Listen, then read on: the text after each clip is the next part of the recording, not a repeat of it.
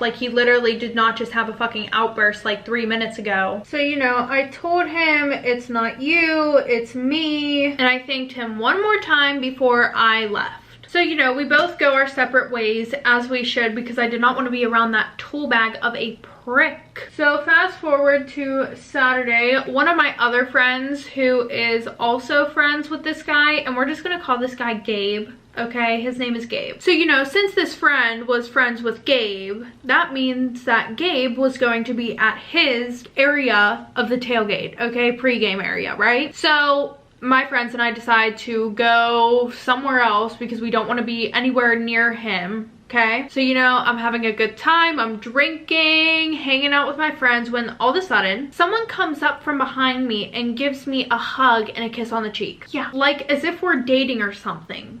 Ew. So Josh and everybody is looking at me like, who the fuck is that? So I turn around and I'm like, hey bud, wrong person. And he's like, no, silly, I meant to hug you. He was like, I know who I'm hugging, blah blah blah blah. You know, he's like all fucking drunk, talking out his ass. Like, one, he was drunk, two, he smelled like puke, and he kept trying to hug me and kiss me and hang out with me. So eventually, what do? I pretend that one of my friends is missing and I need to go and find her. Well, just when I thought, you know, the oldest trick in the book would work, it doesn't. This freaking dude is like, no, you can't be going out there by yourself, you need someone to protect you. So like a little puppy who lost his mommy, he's following me around the whole fucking parking lot. Like, dude would not leave me alone. He did drop his phone at one point, so I ran and went to hide behind something, and then he was running and he's like, what are you doing? And I'm like, I'm looking for my friend behind this trash can, she's not here. Oh my god, what the fuck does it look like I'm doing? I don't want to be near you. That's what I'm doing. That is what I'm doing, trying to avoid you. Fast forward, eventually it's time for me to go into the game with my friends, and I told him that, you know, his friends were looking for him, they're really worried, so I gotta go with my friends, he should go with his. And to be honest, I had no clue if this kid even had fucking friends, so that was a made-up lie. I just wanted him to get away from me, and luckily he did for a few seconds, because I went into the game with my friends, and he comes up to my friend group and is trying to convince them to let him sit next to me. Yes, well, eventually he decided that he didn't care what my friends said anymore, so he literally just went and sat in the seat that Cynthia was going to sit in. So I get up, I say I have to go to the bathroom, I walk away, when in reality I was texting some of my other friends the whole time, and they were like, hey, yeah, you can come and sit with us, you know. So I leave my friends with him. They already knew the deal. I texted them, I was like, hey, I'm sitting with someone else, y'all can take care of that situation, please. So after the game, Julia, Cynthia, Josh, and I all make our way to one of these parties. Thankfully, I had not seen Gabe since the whole incident inside with the seats.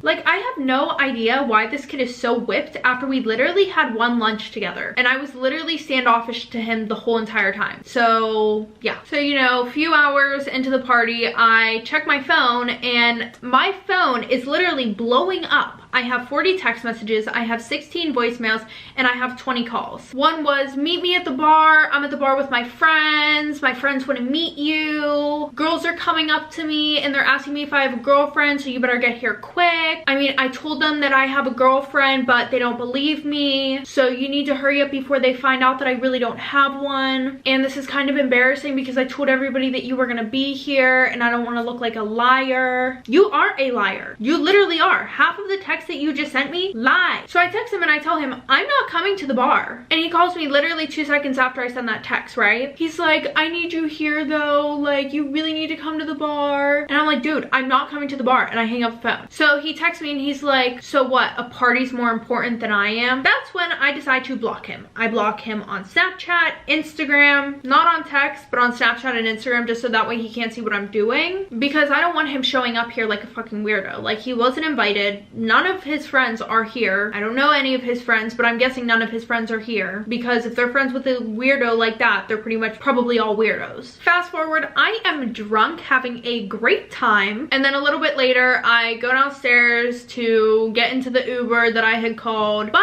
as soon as I walk down the stairs, who do I see sitting on the couch? This creepy guy, Gabe. It's literally Gabe. He's sitting on the couch being a fucking weirdo, just sitting there like looking around at everybody trying to find me. So I bolt back upstairs. I grab Cynthia and I'm like, Cynthia, you need to distract him while I get into the Uber. Like, you need to do something. And then after you distract him, when I get in, you run outside after me and get in the Uber.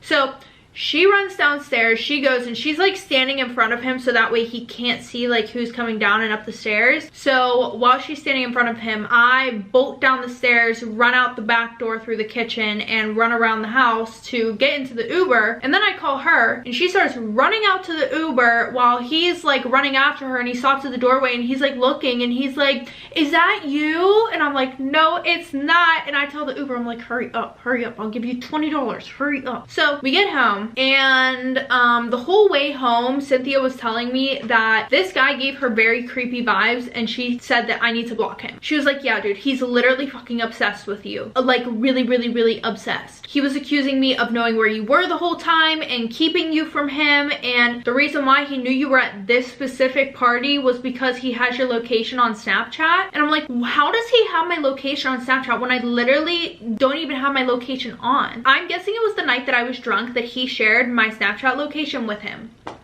which is weird. Really weird. Like, I have seen this guy literally 3 times in person for less than like 3 hours combined. Like, we went out to lunch so I could thank him. That is the last fucking time you see me be nice to anybody. Last fucking time. She also said that like he was really pissed off because he said that I was cheating on him with another guy. That's why I wouldn't answer him back. That's why I wouldn't go out to the bar with him, because I was really with some other guy. I was cheating on him. Oh my god. And apparently I took him on this wonderful date, and then I'm hanging out with some random guy, Josh, my best friend. Like, I'm pretty sure if there was something there, we would have started dating a while ago.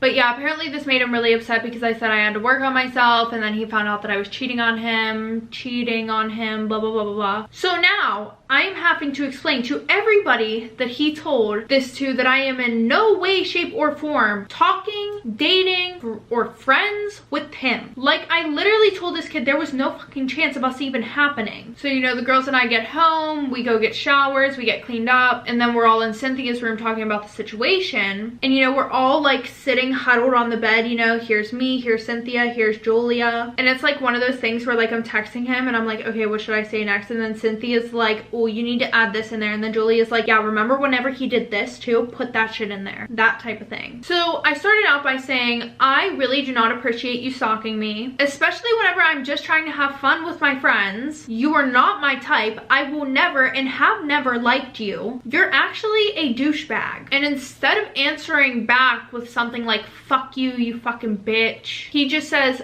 I really miss you. Did you make it home okay? I just want to make sure that you're safe and okay. So I texted him and I'm like, the only one making me not feel safe here is you. Like, you're weird, I don't like you, you can't just show up anywhere I am whenever you want. You can't come up from behind me and hug me and touch me whenever I don't want you to. And even if we were talking or something like that, you can't just come up to me and be like, I want to hang out with you, and expect me to drop everything that I'm doing just to hang out with you. So then he texts me and he's like, well, I'm one of your friends and I really care about you and I just want to make sure that you're safe. So next time, let me know when you're going out, okay? So at this point, all of us are looking at each other like, and we realized that we're never going to get the point across that I don't fuck with him. So then I decided to send a very clear message about how I feel, because clearly I was not clear enough. I block him. And I'm hoping this is one of those situations where, like, you know, a guy really likes a girl, so, you know, he gets a little obsessive, the girl blocks him, he takes the L and just decides that, you know, all right, it's time for me to move on. She blocked me, she really don't want it. Nope. So at the next tailgate, we go to a completely different spot, like one that is nowhere near our usual spot that Gabe took over. So, you know, we did our pregame, had fun, we all went into the game, sitting there, and then all of a sudden I see him walking down the stairs and he's making direct eye contact with me, like not breaking it, just literally. And it wasn't one of those stares where, like, I'm gonna come up to you and kick your ass. It was one of those, like, he's just, like, staring at me, making sure that no, he's staring at me. I don't even know. But he comes right up to me and he's like, hey, babe, I missed you. You should have came over and hung out with us. We were having a lot of fun. So at this point, I'm like, would you mind leaving me alone, please? Like, I don't know how clear I can be about this. I blocked you. You're literally fucking blocked on everything. And I'm tired of being nice because you're never gonna get the hint, no matter how nice I am. Like, I wanna watch the game with my friends and you're kind kind of ruining that for me. Why don't you go and hang out with your friends and I'll hang out with mine? Oh my god, he starts freaking out. He's like, you're such a stuck-up bitch for no fucking reason. You need to get your ass beat and learn some manners. You're just like every other girl that I've dated, blah, blah, blah, blah, blah. So then he opens his beer and pours it on me. Yup. I was in literal shock, and I'm like, and then he runs up the stairs, you know, like a little pee, and then my friends go running after him, and of course I'm literally bawling my eyes out because like there's beer all in my hair, all over my face, my clothes and everything, and it's not like it was warm outside. So I go home, get in the shower, wash myself off. I decide to make a report with the school, and turns out there was nothing that they could really do about it because he wasn't even a student at the school. So now I'm in a very vengeful mood. Like, all I can think about is when I see him this weekend, I'm gonna ruin his fucking day. So when Saturday rolls around, you know, I go to his spot where he pre-games, and as soon as I see him, he literally gets in his freaking truck, locks the doors. So I go and I pick up a few beers that were just sitting around, you know, and I start pouring them on his truck, and then I start kicking his truck and punching it, and then eventually security comes over, and you know, so we get in the game, and I'm walking around with a beer in my hand looking for this kid so that way I can dump it on his head. But I couldn't find him, and a few people told me that once he found out that I was looking for him, he left. So that was weird. Like, you're all big and bad whenever, you know, I'm being nice to you. And at the next game, he wasn't there, but the one after that, I knew he was gonna be there because that was the last home game. So, you know, I'm with my friends, we're walking, and I see him and his friends walking. So I have a beer in my hand, and I start walking up to him, and one of his friends gets in between us. And of course, this one just happened to be a cop. And he's like, listen, if you don't stop harassing my friend, I will arrest you. And I'm like, what the fuck? Which is hilarious because apparently he told all of his friends everything that he was doing to me, but instead I was doing it to him. So at that point, I just decided to enjoy the rest of my night, go home. And my friends and I had a few people over, which turned into a huge party. And at 11:30 at night, Gabe walks into my apartment. So I run up to him and I'm standing there and I'm like, leave, you're not welcome here, get the fuck out. And he's like, well, why can't I just come in? Like, I feel really bad about what happened and I just would like to apologize and like make amends. So then I start pushing and shoving him and I'm like, get out. And he's like, well, who's gonna make me? I was like, the cops when I call them. And he's like, you won't call the cops because then this whole party will get shut down. And I was like, do you want to bet? Because I literally will tell everybody to go home and I will call the cops. Like, don't fucking test me. So then he flips me off, walks down the hallway, and at around 1 in the morning, Julia and Josh come up to me and they're like, dude, guess what? And I'm like, what? They're like, Gabe just came out of your room. And I'm like, what the fuck are you guys talking about? They're like, yeah, we just saw him walk out of your room and walk out of the party. And I'm like, well, that's weird because I kicked his ass out a few hours ago. So then I run into my room and I'm looking for shit that could be missing, and I had a bag of stuff that was supposed to go to Goodwill. It had a bunch of old clothes in it, and then I had a bag of clothes that were garbage that Goodwill wouldn't take. You know, it was like underwear and stuff like that. Half of the underwear was missing. The shirt that I wore to our lunch was also missing. And then Josh and Cynthia are like, oh my god. So I turn around and they're pointing to my pillow, and there is what seems to be semen on my pillow. Yep. So now I have no choice but to kick everybody out and call the police. So I call the police, and long story short, they couldn't do shit because they're literally fucking useless. They literally just charged him with theft because they saw a few things in his apartment that belonged to me, but that didn't do anything. So then I decide that I'm gonna get a restraining order against him. So for the next couple of months, I don't see or hear from him. I am living my life, like, period, doing me. Like, he just completely fell off the face of the earth and I could not give two fucks. But I want to say a little bit after New Year's, I am sitting at the bar with my friends and I look across the bar and I see him sitting with his friends. Now, every part of me wanted to literally take my drink and go over there and spill it all over him, but I decided that I was going to take the high road You know, he hasn't bothered me in a while, so I'm just gonna leave it. And it's been a few months since the whole situation, so why am I going to start something that is finished, clearly? But my friends and I do decide to leave that bar and go to the one next door, just because even though the situation was over, I was over it, I still did not want to be near him. Because watch, one look at him and all of a sudden he'd be seduced again and it would be my fault. Some bullshit like that. Pretty much. So, you know, I'm at this bar, I'm having a good time whenever him and his friends walk in. And I decide that this is the last bar. I'm going home after this. So I go down to the bathroom and I'm using the bathrooms that are in the basement instead of the ones upstairs, because you would think that the ones downstairs would be nastier than the ones upstairs. But since everybody like needs to pee and they don't want to have to walk that far, everybody uses the ones upstairs. So I go down to the basement, I use the bathroom, and I walk out, and who is standing literally right in front of me? Gabe.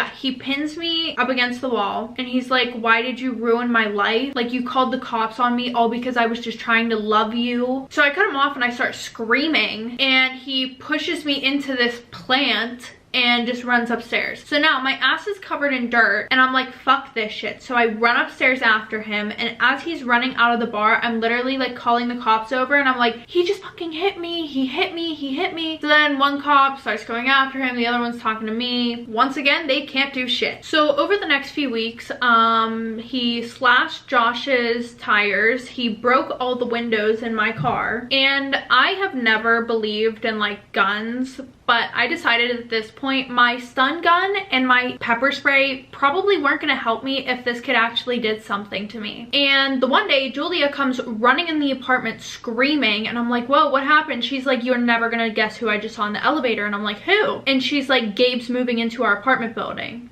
So now I'm like, fuck no. So what do? I call the police, and thankfully the one thing they were able to do was put him on like house arrest, I guess, because he violated his restraining order. It wasn't really a house arrest, I guess, or maybe it was. He like had to get permission to go places and stuff like that. I don't know what that is. And definitely the last straw was the one day whenever he came to the apartment. I was in the shower, Cynthia was in the living room watching TV. He knocks on the door, so Cynthia doesn't know who it is. She goes and opens the door, and he pushes her when he walks in, and then he grabs something and hits her over the head with it. So she's knocked the fuck out. And then I get out of the shower and I hear, like, you know, the door closing. So I call out Cynthia's name, and I also call out Julia's name. And that's whenever Gabe comes around the corner and pushes me up against the wall, and he's like screaming in my face, why don't you love me? Why would you make a fool out of me when all I wanted to do was care for you? You're so unappreciative, you're a fucking whore, you cheated on me. And I'm like thinking to myself, my gun just so happens to be in the fucking living room. So I'm like, okay, I'm sorry, like, we can talk about this,